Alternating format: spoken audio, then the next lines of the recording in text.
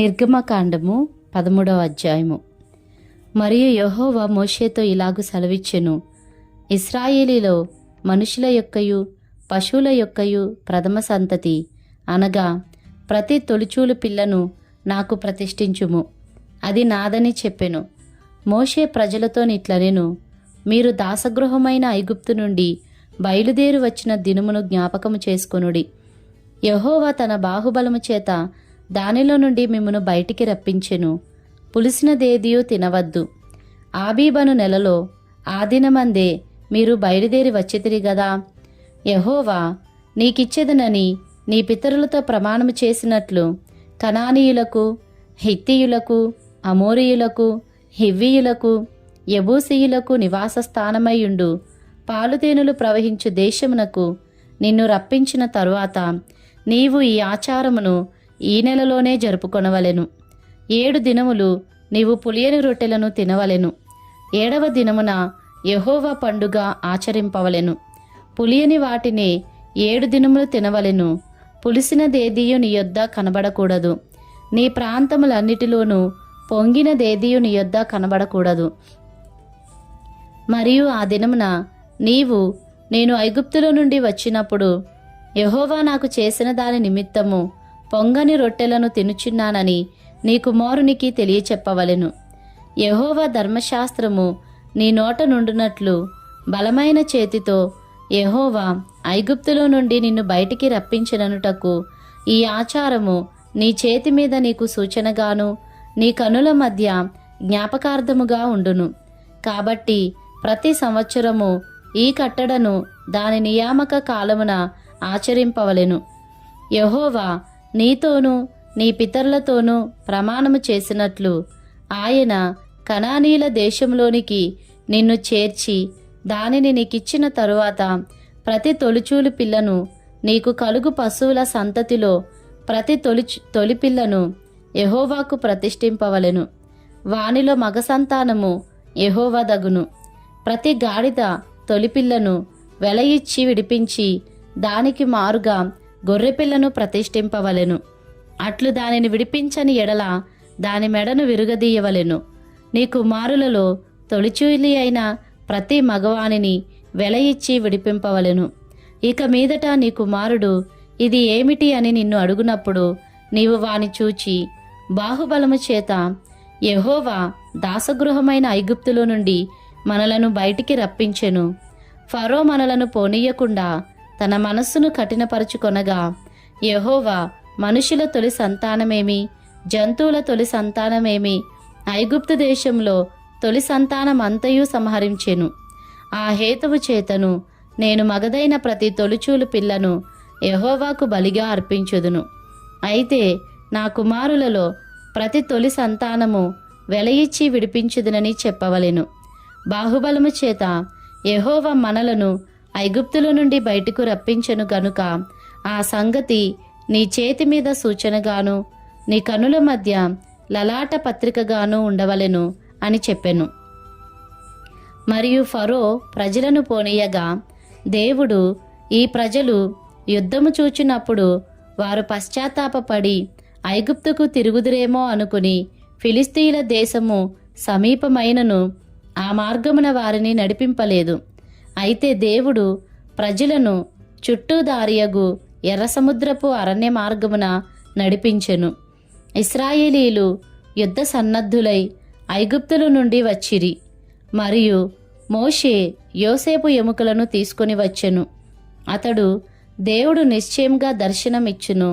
అప్పుడు మీరు నా ఎముకలను ఇక్కడ నుండి తీసుకుని పోవాలని ఇశ్రాయేలీల చేత రూఢిగా ప్రమాణము చేయించుకొని ఉండెను. వారు సుక్కోతు నుండి ప్రయాణమైపోయి అరణ్యము దగ్గరనున్న ఏతాములో దిగిరి. వారు పగలు రాత్రియు ప్రయాణము చేయునట్లుగా యెహోవా త్రోవలో వారిని నడిపించుటకై పగటివేళ మేఘస్తంభంలోనూ వారికి వెలిగిచ్చుటకు రాత్రివేళ అగ్నిస్తంభంలోనూ ఉండి వారికి ముందుగా నడుచుచూ వచ్చెను. ఆయన పగటివేళ మేఘస్తంభమునైనను రాత్రివేళ అగ్నిస్తంభమునైనను ప్రజల ఎదుట నుండి తొలగింపలేదు. నిర్గమకాండము 14వ అధ్యాయము. మరియు యెహోవా మోషేతో ఈలాగు సెలవిచ్చెను, ఇశ్రాయేలీలు తిరిగి పీహహీరోతు ఎదుటను అనగా మిగ్దోలుకు సముద్రమునకు మధ్యనున్న బయల్సెఫోను ఎదుటను దిగవలనని వారితో చెప్పుము. దాని ఎదుటి సముద్రమునొద్ద వారు దిగవలెను. ఫరో ఇశ్రాయేలీలను గూర్చి, వారు ఈ దేశంలో చిక్కుబడి ఉన్నారు, అరణ్యము వారిని మూసివేసెనని అనుకొనును. అయితే నేను ఫరో హృదయమును కఠినపరిచెదను. అతడు వారిని తరుమగా నేను ఫరో వలనను అతని సమస్త సేన వలనను మహిమ తెచ్చుకొందును. నేను యెహోవానని ఐగుప్తీయులందరూ తెలుసుకొందురనెను. వారు అలాగు దిగిరి. ప్రజలు పారిపోయినట్టు ఐగుప్తు రాజునకు తెలుపబడినప్పుడు ఫరో హృదయమును అతని సేవకుల హృదయమును ప్రజలకు విరోధముగా త్రిప్పబడి, మనమెందుకు ఇలాగు చేసితిమి, మన సేవలో నుండకుండా ఇశ్రాయేలీలను ఎందుకు పోనిచ్చితిమి అని చెప్పుకొనిరి.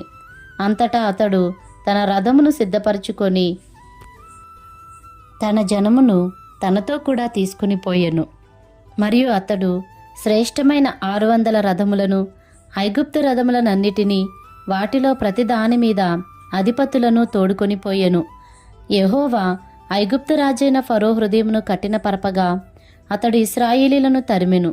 అట్లు ఇశ్రాయేలీలు బలిమి చేత బయలువెళ్ళుచుండిరి. ఐగుప్తీయులు అనగా ఫరో రథముల గుర్రములన్నీయు, అతని గుర్రపు రౌతులు, అతని దండును వారిని తరిమి బయల్సెఫోను ఎదుటనున్న పీహహీరోతునకు సమీపమైన సముద్రము దగ్గర వారు దిగియుండగా వారిని కలుసుకొనిరి. ఫరో సమీపించుచుండగా ఇశ్రాయేలీలు కన్నులెత్తి ఐగుప్తీయులు తమ వెనుక వచ్చుట చూచి మిక్కిలి భయపడి యెహోవాకు మొరపెట్టిరి.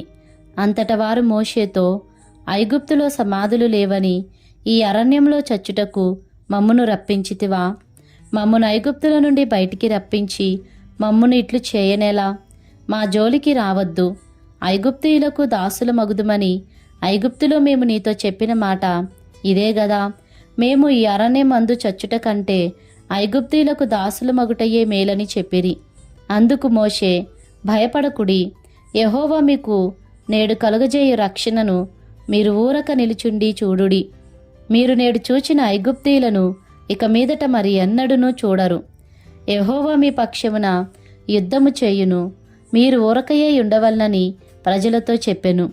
అంతలో యెహోవా మోషేతో, నీవేళ నాకు మొరపెట్టుచున్నావు, సాగిపోవుడి అని ఇశ్రాయేలీలతో చెప్పుము. నీవు నీ కర్రను ఎత్తి ఆ సముద్రము వైపు నీ చెయ్యి చాపి దాని పాయలుగా చేయుము. అప్పుడు ఇశ్రాయేలీలు సముద్రము మధ్యను ఆరిన నేల మీద నడిచిపోవుదురు. ఇదిగో నేనే ఐగుప్తీయుల హృదయములను కఠినపరచెదును, వారు వీరిని తరుముదురు. నేను ఫరో వలనను అతని సమస్త సేన వలనను అతని రథముల వలనను అతని గుర్రపు రౌతుల వలనను నాకు మహిమ తెచ్చుకొందును. నేను ఫరో వలనను అతని రథముల వలనను అతని గుర్రపు రౌతుల వలనను మహిమ తెచ్చుకొనున్నప్పుడు నేను యెహోవానని ఐగుప్తీయులు తెలుసుకొందురనెను. అప్పుడు ఇశ్రాయేలీల ఎదుట సమూహమునకు ముందుగా నడిచిన దేవదూత వారి వెనుకకు పోయి వారిని వెంబడించెను. ఆ మేఘస్తంభము వారి ఎదుట నుండి పోయి వారి వెనుక నిలిచెను. అది ఐగుప్తీయుల సేనకు ఇశ్రాయేలీల సేనకు నడుమ ప్రవేశించెను. అది మేఘము గనుక వారికి చీకటి కలిగెను గాని రాత్రి అది వీరికి వెలుగిచ్చెను గనుక ఆ రాత్రి అంతయు ఐగుప్తీయుల సేన ఇశ్రాయేలీలను సమీపింపలేదు. మోషే సముద్రము వైపు తన చెయ్యి చాపగా యెహోవా ఆ రాత్రి అంతయు బలమైన తూర్పుగాలి చేత సముద్రమును తొలగించి దానిని ఆరిన నేలగా చేసెను. నీళ్లు విభజింపబడగా ఇశ్రాయేలీలు సముద్రము మధ్యను ఆరిన నేల మీద నడిచిపోయిరి.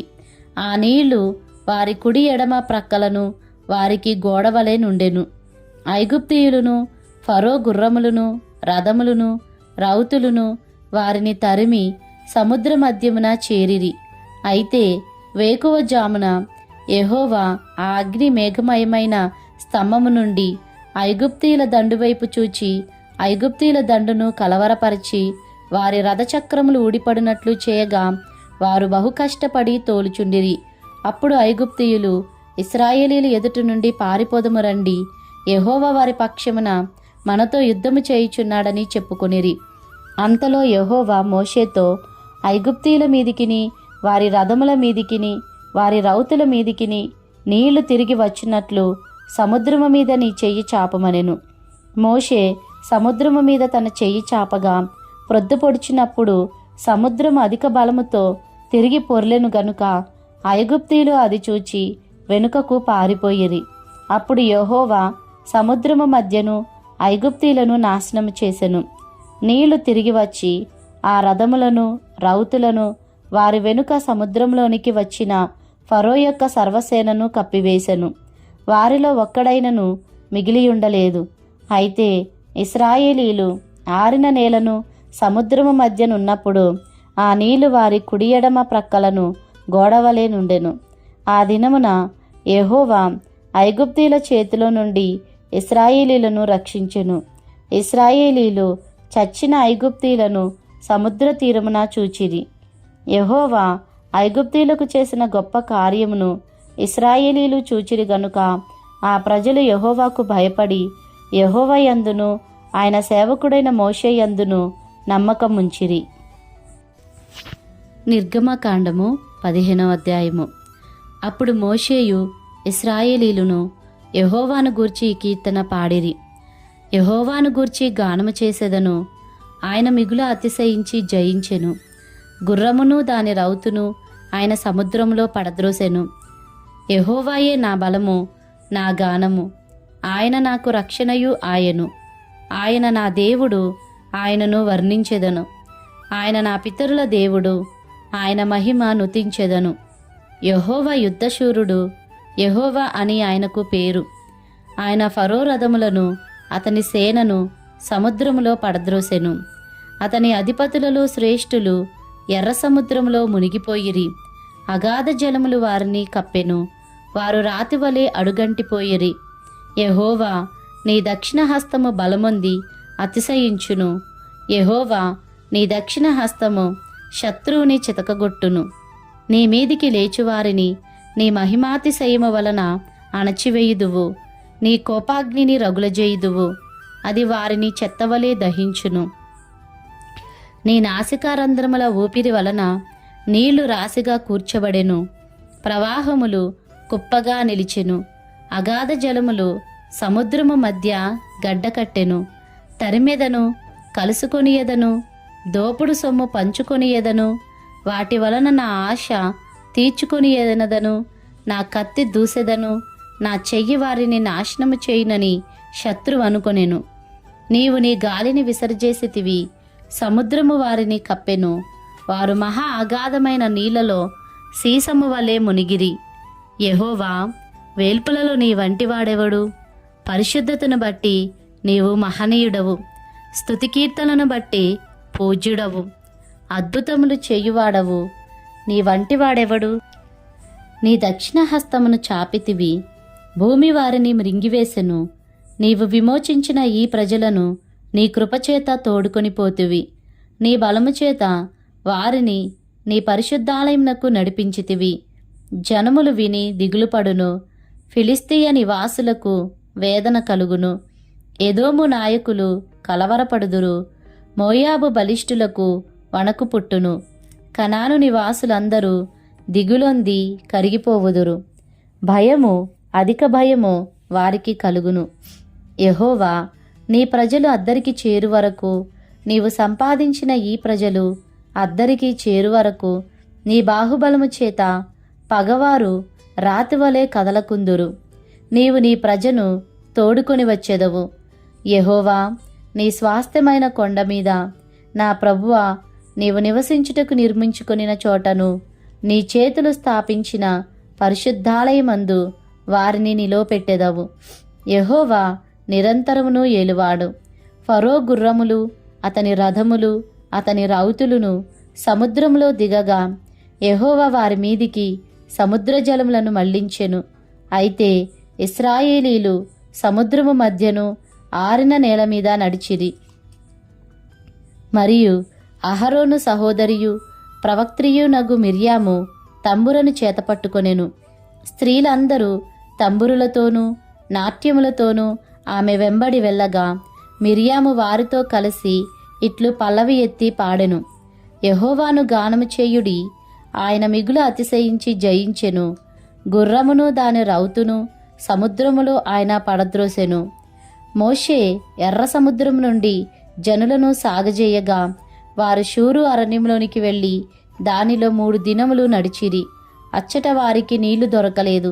అంతలో వారు మారాకు చేరిరి. మారా నీళ్లు చేదైనవి గనుక వారు ఆ నీళ్లు త్రాగలేకపోయిరి. అందువలన దానికి మారా అను పేరు కలిగెను. ప్రజలు మేమేమి త్రాగుదుమని మోషే మీద సనుగు కొనగా అతడు యెహోవాకు మొరపెట్టెను. అంతటా యెహోవా అతనికి ఒక చెట్టును చూపెను. అది ఆ నీళ్లలో వేసిన తరువాత నీళ్లు మధురములాయెను. అక్కడ ఆయన వారికి కట్టడను విధిని నిర్ణయించి అక్కడ వారిని పరీక్షించి, మీ దేవుడైన యెహోవా వాక్కును శ్రద్ధగా విని ఆయన దృష్టికి న్యాయమైనది చేసి ఆయన ఆజ్ఞలకు విధేయులై ఆయన కట్టడలన్నిటినీ అనుసరించి నడిచిన ఎడల నేను ఐగుప్తీయులకు కలుగజేసిన రోగములలో ఏదియూ మీకు రానియ్యను. నిన్ను స్వస్థపరిచి యెహోవాను నేనే అనెను. తర్వాత వారు ఏలీమునకు వచ్చిరి. అక్కడ 12 నీటి బుగ్గలును 70 ఈత చెట్లును ఉండెను. వారు అక్కడనే ఆ నీళ్ల యొద్ద దిగిరి.